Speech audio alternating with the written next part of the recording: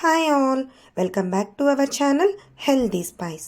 ఇవాళ మన ఛానల్లో సంవత్సరం పాటు నిలవుండే విసిరావకాయని సింపుల్గా, క్విక్గా, ఈజీగా ఎలా చేయాలో చూపించేస్తానండి.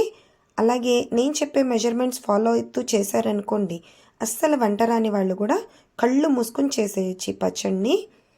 దీనికోసం ముందుగా ఒక పావు కేజీ నాటు విసిరికాయల్ని తీసుకుని బాగా వాష్ చేసుకుని అస్సలు తడనేది లేకుండా తుడిచిపెట్టుకోవాలి. ఆ తర్వాత ఈ విసిరికాయలకి పైన ఉన్న ముచ్చుకలు కట్ చేసేసుకుని ఈ విసిరికాయలని మధ్య మధ్యలో ఘాట్లు పెట్టుకోవాలి. ఇట్లా ఘాట్లు పెట్టుకోవటం మూలంగా మనం ఆయిల్లో వేసినప్పుడు ఈ విసిరికాయలు అనేవి పేలకుండా ఉంటాయి. నేనైతే ఇక్కడ నాటు విసిరికాయలతో చేస్తున్నాను. ఇలా నాటు విసిరికాయలతో చేయటం మూలంగా మనకి పచ్చడి అనేది చాలా టేస్ట్గా ఉంటుంది. అలాగే ఎక్కువ కాలం కూడా నిలవ ఉంటుంది. మీకు నాటు విసిరికాయలు కనుక దొరక్కపోతే మార్కెట్లో దొరికే హైబ్రిడ్ విసిరికాయలతో అయినా కానీ ఈ పచ్చడి అనేది పెట్టుకోవచ్చు. మీకు నాటు విసిరికాయలు తెలియాలంటే మనకి చిన్నగా ఉంటాయి ఈ విసిరికాయలు. అలాగే మనకి మార్కెట్లో దొరికే హైబ్రిడ్ విసిరికాయల్లాగా ఇవి నిగనిగలాడుతూ పెద్దగా ఉండవండి. అక్కడ మీకు నాటు విసిరికాయలు ఏవి, హైబ్రిడ్ విసిరికాయలు ఏవి అనేవి డిఫరెన్స్ అయితే తెలిసిపోతుంది. ఈ విధంగా మొత్తం క్లీన్ చేసుకుని అన్నిటికీ ఘాట్లు పెట్టుకుని పక్కన పెట్టుకోవాలి. ఇప్పుడు స్టవ్ మీద ఒక డీప్గా వెడల్పుగా ఉండే కడాయి పెట్టుకుని దానిలోకి 2 కప్స్ ఆయిల్ వేసుకోండి. ఇక్కడ ఆయిల్ అనేది ఇలా నిలవ పచ్చళ్ళకి పల్లి ఆయిల్ అయితే చాలా బాగుంటుందండి. ఇప్పుడు స్టవ్ని మీడియం ఫ్లేమ్లో పెట్టుకుని ముందుగా ఘాట్లు పెట్టుకున్న విసిరికాయల్ని వేసుకోండి.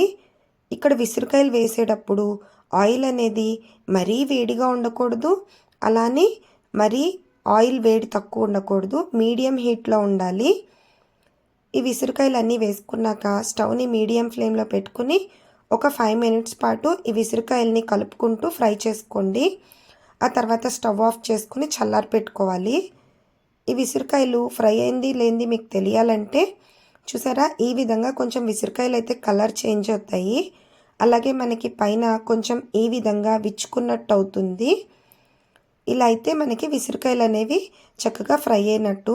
ఇది బాగా చల్లారాక నేను ఇక్కడ ఒక టీ గ్లాస్ మెజర్మెంట్స్తో అన్నీ చెప్తున్నాను. ఇప్పుడు ఒక టీ గ్లాసుడు ఆవపిండి వేసుకోండి. అలాగే టీ గ్లాస్తో ఒక 2 స్పూన్లు తక్కువ ఉప్పు వేసుకోండి. ఉప్పు మీకు తక్కువైనట్టు అనిపిస్తే కావాలంటే తర్వాత కలుపుకోవచ్చు. మనకి విసిరికాయల్లో ఉండే వగరు పులుపు మూలంగా ఒక్కొక్కసారి ఎక్కువ తక్కువ అవుతుందండి. అలాగే ఏ గ్లాస్తో అయితే ఆవపిండి తీసుకున్నారో అదే గ్లాస్తో నిండా కారము, ఒక పావు చెంచా పసుపు, 1 స్పూన్ వరకు మెంతులు వేసుకుని ఇవన్నీ బాగా మిక్స్ అయ్యేలాగా కలుపుకోవాలి. పసుపు అనేది ఒక పావు చెంచా వరకు వేసుకోండి, సరిపోతుంది. మరీ ఎక్కువగా వేయకండి, కొంచెం తక్కువ వేసినా పర్వాలేదు. ఎందుకంటే పసుపు ఎక్కువగా వేశారంటే మన పచ్చడి అనేది నల్లగా కనిపిస్తుందండి. ఈ విధంగా మొత్తం అన్ని విసిరికాయలకి ఉప్పు, కారము అలాగే ఆవపిండి పట్టేలాగా బాగా మిక్స్ చేసుకోవాలి.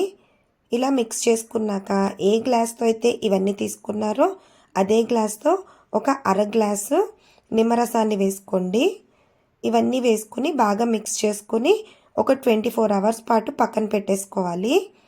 మీకు ఇంకొకసారి మెజర్మెంట్ చెప్తా చూడండి.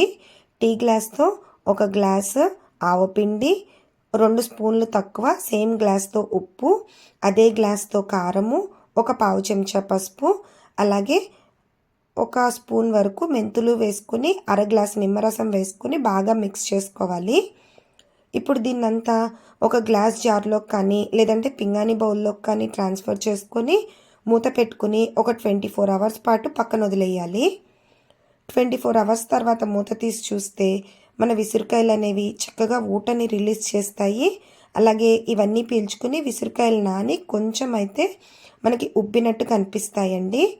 అంతే అండి, ఎంతో టేస్టీ అయిన విసిరావకాయ పచ్చడి అయితే రెడీ అయిపోయింది. ఈ మెజర్మెంట్స్ ఫాలో అయ్యి మీరు ఈ విసిరావకాయని రెడీ చేసుకుని ఎలా వచ్చిందనేది కామెంట్ సెక్షన్లో కామెంట్ చేయండి. అలాగే మీ ఫ్యామిలీ మెంబర్స్కి షేర్ చేసి నా ఛానల్కి సబ్స్క్రైబ్ చేసుకోండి.